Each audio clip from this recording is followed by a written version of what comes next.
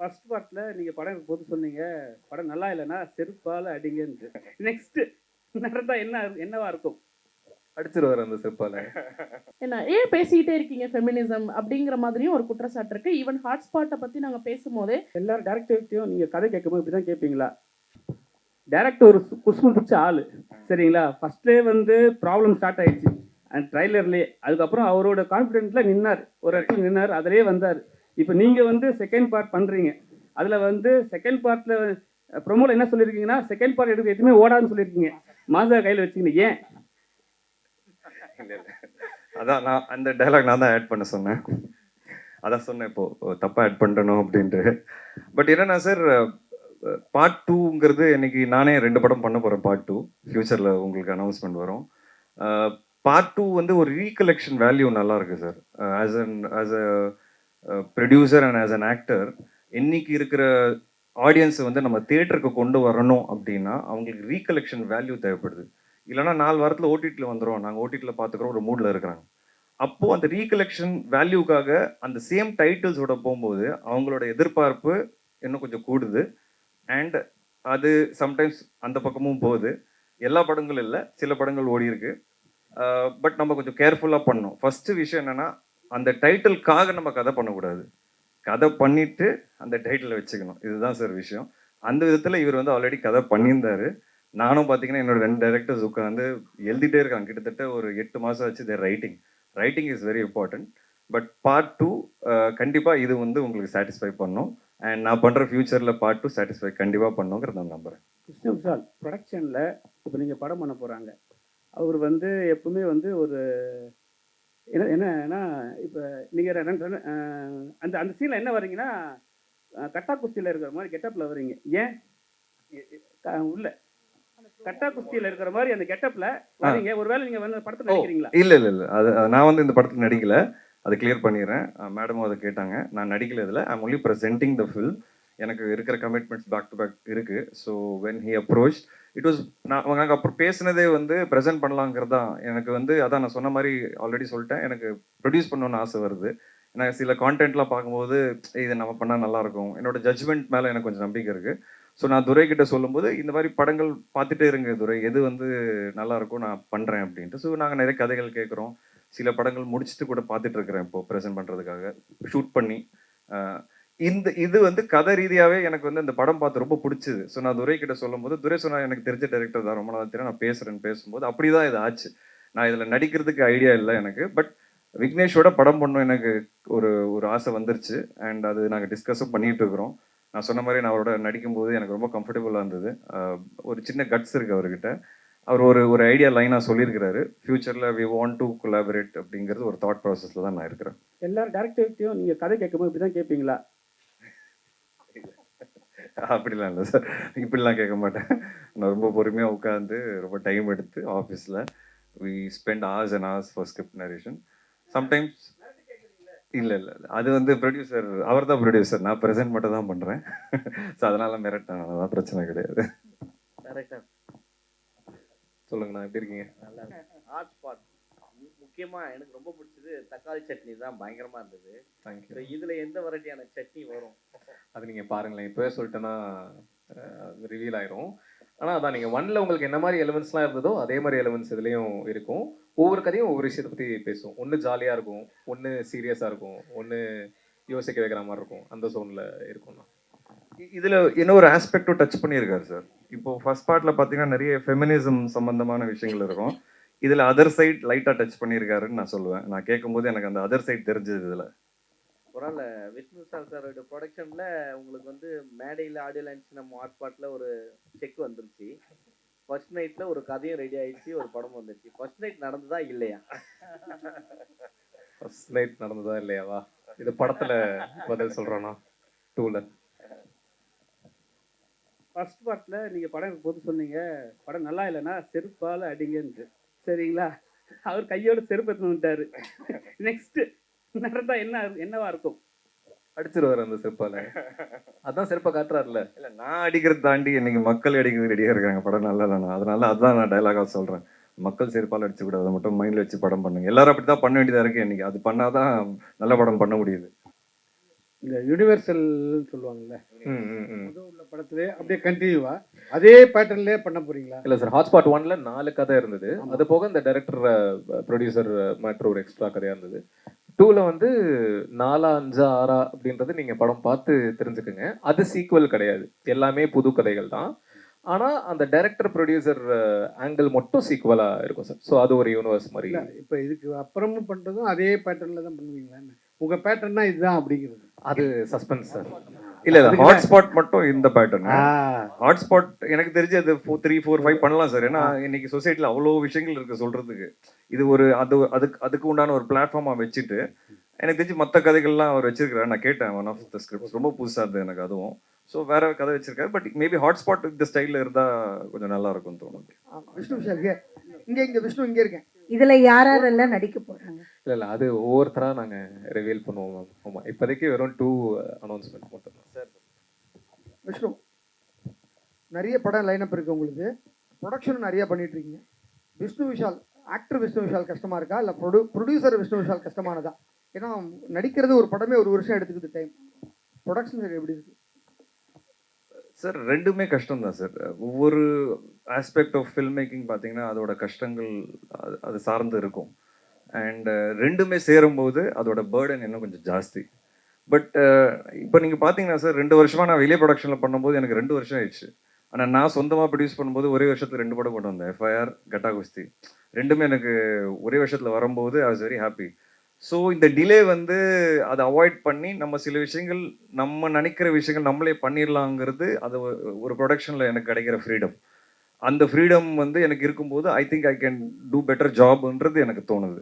That is why இதுக்கப்புறம் production வந்து full ஃப்ளெஜாக பண்ணலாங்கிறது நான் முடிவு பண்ணியிருக்கேன். அதனால ப்ரொடக்ஷன் டீம் எக்ஸ்பேண்ட் பண்ணேன். ஏன்னா ப்ரொடக்ஷனுங்கிறது வெறும் நான் ஒருத்தரை மட்டும் பண்ண முடியாது. அதுக்கு ஒரு பக்கா டீம் வேணும் சார். ஒரு 20 இன்னைக்கு பார்த்தீங்கன்னா ஒரு 30 பேர் ஒர்க் பண்ணுறாங்க என் கூட. அப்போதான் ஒரு 3-4 ப்ராஜெக்ட் சைமல்டேனியஸாக நம்மளால பண்ண முடியும். ஸோ 2 கஷ்டங்கள் ரெண்டுத்துலேயும் கஷ்டம் இருக்கு. அதுக்கு உண்டான பெனிஃபிட்டும் இருக்கு, அதுக்கு உண்டான லாஸும் இருக்கு. So but I am enjoying this role of being producer and hero sir. Here actually உங்கள் கட்டா குஸ்தியும் சரி ஹாட்ஸ்பாட்டும் சரி கொஞ்சம் சைலண்ட்டாகவே வந்து ஃபெமினிசம் நல்லாவே பேசிச்சு. ஈவன் ஹாட்ஸ்பாட் வந்து நிறைய டிஸ்கஷன்ஸை வந்து ஸ்டார்ட் பண்ணி வச்சுச்சு. ஆனால் இங்கே 2 விதமான ஆடியன்ஸ் இருக்காங்க.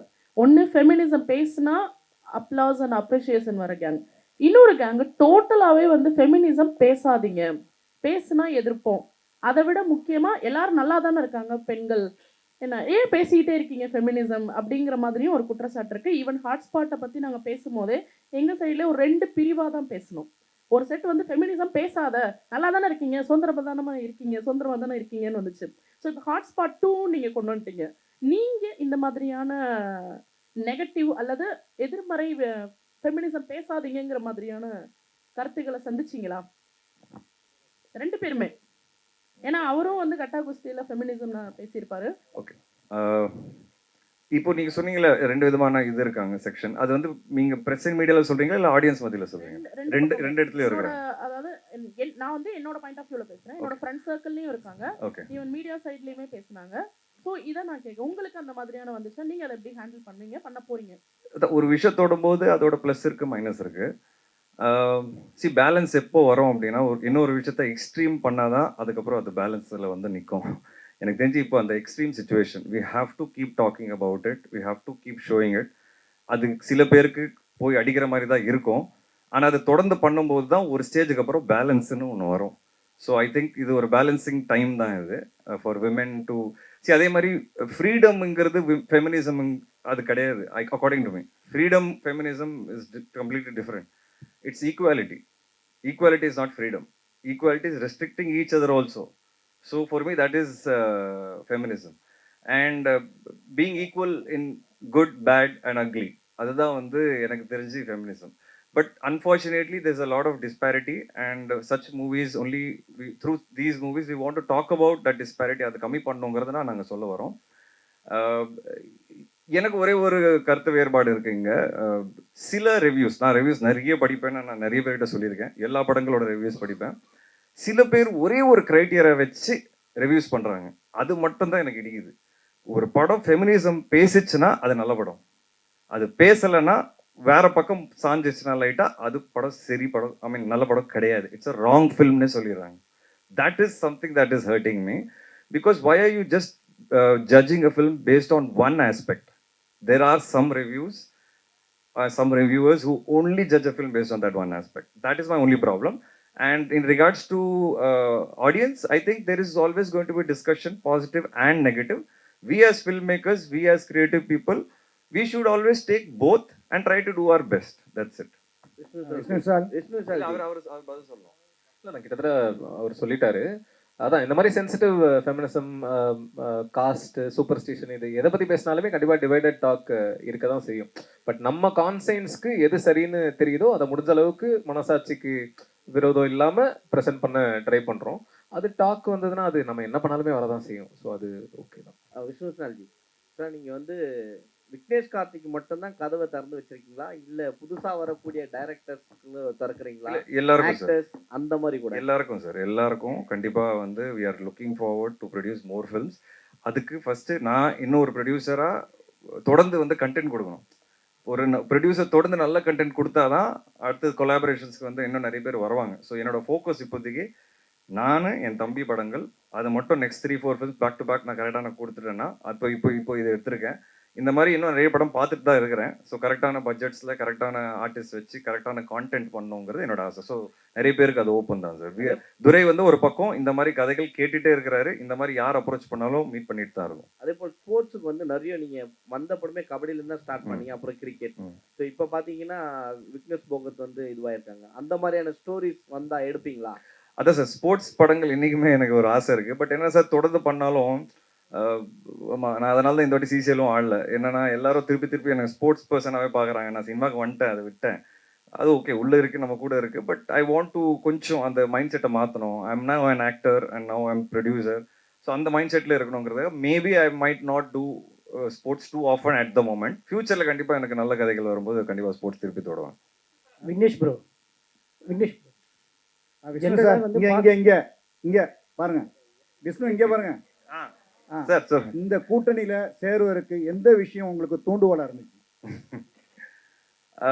இல்லை சார், எனக்கு நான் சொன்ன மாதிரி அவரோட அந்த ஃபர்ஸ்ட் கதையோட ப்ரெசன்டேஷன் தான் சார். ஏன்னா அண்ட் அவரோட கட்ஸ் தான் சார். உண்மையாக சொல்லணும்னா அந்த ப்ரெஸ் மீட்டில் அவர் சொன்னார்ல, இந்த படம் பிடிக்கலாம் செருப்பால் அடிக்கணும்னாரு. அந்த கட்ஸ் தான் எனக்கு பிடிச்சது. ஏன்னா இன்னைக்கு இருக்கிற சினிமா வேர்ல்டில் கொஞ்சம் கட்ஸியாக இருக்கணும் சார். அந்த கட்ஸ் வந்து என்னை அட்ராக்ட் பண்ணிச்சு. சரி, அப்படி என்ன பண்ணியிருக்க போறான்னு பார்க்கும்போது நான் சர்ப்ரைஸ் ஆனேன். ஏன்னா ஆல்ரெடி எனக்கு தெரியும், நீங்க எல்லாரும் பார்த்துட்டு அதை அப்ரிஷியேட் பண்ணிட்டீங்க. அது மீறியும் நான் சர்ப்ரைஸ் ஆனேன். ஸோ எனக்கு அந்த விஷயம் தான் ஓகே, நம்ம விக்னேஷ் கிட்ட ஒரு நல்ல டேலண்ட் இருக்கு அப்படிங்கிறத நான் வந்து ஜாயின் பண்ணணும்னு நினைச்சேன் சார். விக்னேஷ் ப்ரோ, ஜென்ரலாகவே படத்துக்கு டைட்டில் பார்த்தீங்கன்னா பார்ட் 2னா ஜஸ்ட் 2 தான் வச்சிருப்பாங்க. நீங்கள் வந்து டைட்டில்லே டூ மச் அப்படி வச்சிருக்கீங்க. ரசிகர்கள் பார்த்துட்டு டூ மச் அப்படின்னு சொல்லுவாங்க, அப்படி கணிச்சிட்டு வச்சுருக்கீங்க.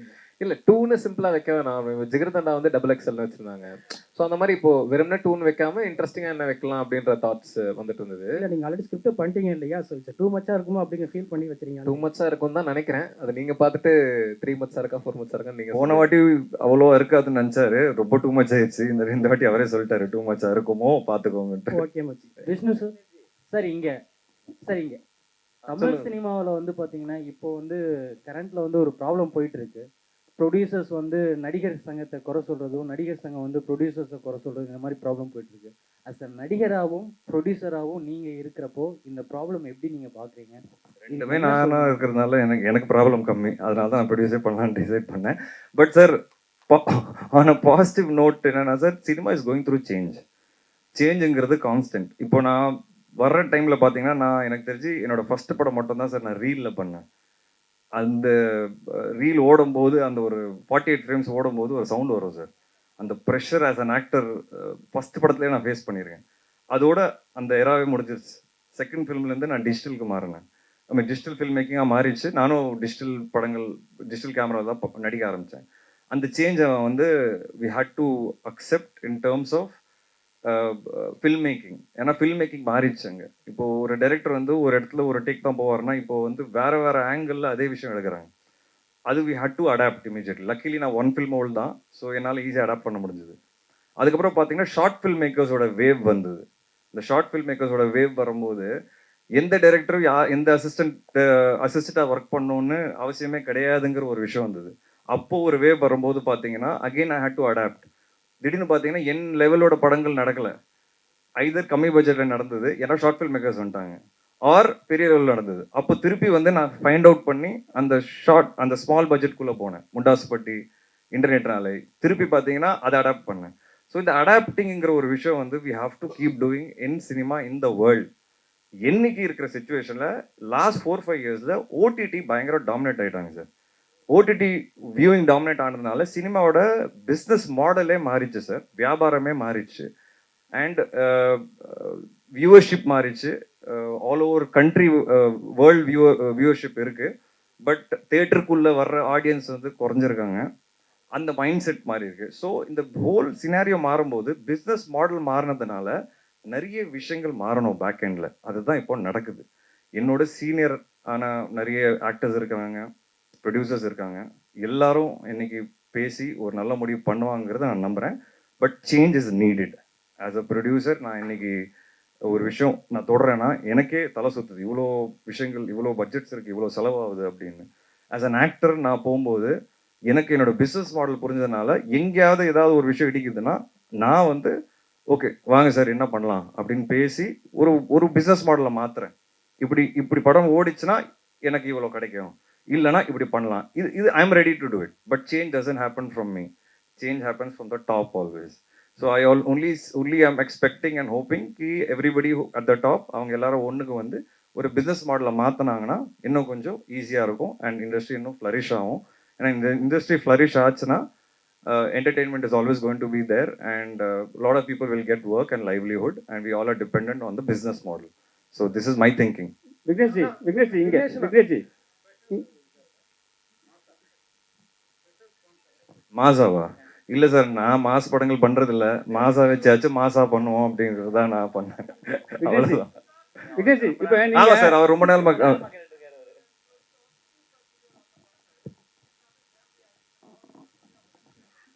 கரெக்ட் கரெக்ட் கரெக்ட் 100% இருக்கும் சார்.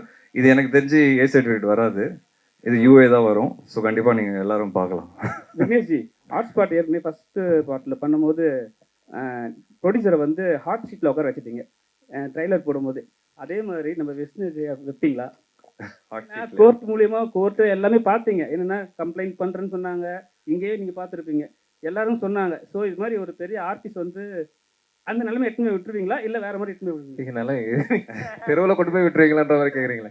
இல்லை அப்படிலாம் இல்லை. நீங்கள் ஆனால் ட்ரெய்லர் ரிலீஸ்க்கு அப்புறம் அவங்கள அங்கே விட போறீங்களா இல்லைன்றது நீங்கள் டிசைட் பண்ணுறது தானே. நான் எனக்கு என்ன சரின்னு தோணுதோ அதை பண்ண போகிறேன்.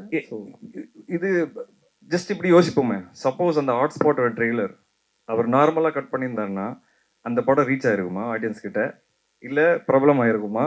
இந்த மாதிரி ஒரு படம் வருதுன்னு ஒரு சில பேருக்கு தெரிஞ்சிருக்குமா? இல்லை சார், அது பண்ண வேண்டியதாக இருக்குது சார். இன்னைக்கு இருக்கிற ஆடியன்ஸ் மத்தியில், இன்னைக்கு இருக்கிற சினிமாவில், காம்படிஷனில் we have to be different. Controversy இல்லை sir, we have to be different. அவர் டிஃப்ரெண்ட்டாக இருக்க ட்ரை பண்ணார், அவ்வளோதான் நான் சொல்லுவேன். இந்த கதையே நான் இப்படி ட்ரெய்லர் பண்ணால் யாருமே அது நோட்டீஸ் பண்ணுவாங்களே எனக்கு தெரில. ஆனால் நான் இப்படி ட்ரெய்லர் பண்ணேன்னா என் இருக்கிற கண்டென்ட்டை தானே ட்ரெய்லர் பண்ணுறேன். இப்படி பண்ணால் அதுக்கு நான் அப்ரிஷியேட் பண்ணுறேன். அது ஸ்மார்ட் திங்கிங்ன்றேன் நான். ஆனால் விக்கணும் லாஸ்ட் கொஸ்டின் இங்கே இங்கே இங்கே இங்கே இங்கே இங்கே இருக்கு. ஒரு நிமிஷம் ப்ரோ. ஓகே சொல்லுங்க ப்ரோ. இல்லை பிரசன்ட் ப்ரொடியூசர். ஆமாம் ஆமாம். சூப்பர். லாஸ்ட் கொஸ்டின் சொல்லுங்க. இப்போ வந்து நீங்கள் ஃபர்ஸ்ட் பார்ட் பண்ணும்போது வந்து கான்ட்ரவர்சியாக பயங்கரமாக ட்ரெய்லர் மட்டும் தான் வந்துச்சு. ஆனால் நீங்கள் இப்போ ஒரு ஃபோட்டோ போட்டாலே பயங்கர கான்ட்ரவர்சி ஆகுது. ஏன்னா ஒரு பிரெகிடாவோட ஒரு ஃபேமிலி ஃபோட்டோ போட்டிருந்தீங்க, கீழே பயங்கர கங்க்ராச்சுலேஷன் உங்களுக்கு செகண்ட் மேரேஜா அப்படின்லாம் போட்டிருந்தாங்க. அடுத்த வாரம் பார்த்தா நாக சைத்தன்யா வந்து செகண்ட் மேரேஜை வந்து அனௌன்ஸ் பண்ணுறாரு. ஸோ அங்கேயே கான்ட்ரவர்சி ஆரம்பிச்சிச்சுன்னு நினைக்கிறோம். அந்த மாதிரி கான்ட்ரவர்சி இருக்கா? அப்புறம் ரெண்டாவது கொஸ்டின், ஸோ ஃபர்ஸ்ட் டேர்ம்ஸில் வந்து எல்லா டேர்முமே நீங்கள் வந்து டச் பண்ணிட்டீங்க, என்னெல்லாம் இங்கே பேச முடியாதோ எல்லாத்தையும் நீங்கள் பேசிட்டீங்க. ஸோ இன்றைக்கி இருக்க ஜென்சி டேர்ம்ஸில் வந்து எல்ஜிபிடிக்யூ பற்றி பயங்கரமாக எல்லாருமே அடித்து நவுத்திட்டு இருக்காங்க. அதை பற்றின ஏதாவது இருக்குமா? இல்லை அதை நான் சொல்லிட்டேன்னா ரிவீல் ஆயிரும். பட் ஆனால் கண்டிப்பாக கான்ட்ரவர்ஷியலான விஷயங்கள் இருக்கும். அதில் ஸ்பெஷலாக ப்ரோ வந்து அந்த கடைசி கதை ரொம்ப பிடிச்சிருக்கு அப்படின்னு சொன்னார்ல, அந்த கதை நரேட் பண்ணும்போது நான் யோசித்தேன் கண்டிப்பாக இது வந்து, ஏன்னா அந்த கடைசி கதை வந்து சினிமாவில் இருந்துட்டு அந்த கதையை பண்ணுறதுக்கு ஒரு கரேஜ் வேணும். It will be a very bold film. ஆனால் கதை கேட்டுட்டு அந்த கதை எனக்கு ரொம்ப ரொம்ப பிடிச்சிருக்கு அப்படின்னு சொல்லும்போது எனக்கு ரொம்ப ஆச்சரியமாக இருந்தது, ரொம்ப சந்தோஷமாகவும் இருந்தது. ஏன்னா சினிமாவில் இருந்துட்டு அதை பண்ணணும்னு நினைக்கிறதுக்கே ஒரு தனி கட்ஸ் வேணும். ஸோ அதுக்கு நான் நன்றி சொல்லிக்கிறேன். ஸோ கான்ட்ரவர்ஷியல் விஷயங்கள் இருக்கும் அண்ட் எல்லாத்தையும் டச் பண்ணல. பார்ட் 1ல 4 கதை இருந்தது, இதுலயும் வித்தியாசமான அதில் டச் பண்ண எதையுமே இதில் டச் பண்ணல. இதை நீங்கள் பார்க்கும்போது ஆமால அப்படின்னு தான் தோணும். இதை தாண்டியும் இன்னும் நிறைய கதை பார்ட் 3 பார்ட் 4க்குலாம் கதைகள் இருக்கு. ஸோ இன்னும் டச் பண்ணாத விஷயங்கள் நிறைய இருக்கு. So thank you. Thank you so much to press and media friends. அழகான கேள்விகள், அழகான பதில்கள் கொடுத்துட்டாங்க. ஸோ கண்டிப்பா இந்த படத்தையும் நீங்க வந்து தொடர்ந்து அதை என்கரேஜ் பண்ணி நல்ல லவ் அண்ட் சப்போர்ட் கொடுக்கணும். And thanks to all my so thank you. Hotspot வந்து நான் அமேசானில் தான் பார்த்தேன் பர்சனலாக. ஸோ அதுக்கு நான் இவர்கிட்ட சாரி கேட்டேன். பட் அதான் நான் சொன்ன மாதிரி நானே ஒரு ஆடியன்ஸாக பார்த்தீங்கன்னா லைட்டாக அது ஒரு ஓடிடியில் வரும்போது பார்த்துக்கலாம் ஒரு மூடுக்கு வரேன். But it's not sometimes not right. So yeah, please watch Hotspot on Amazon and Telugu on Aha. And come and Tamil also Aha. Okay. And come and watch it. Watch Hotspot 2 in theaters. We have to change the way. Thank you so much.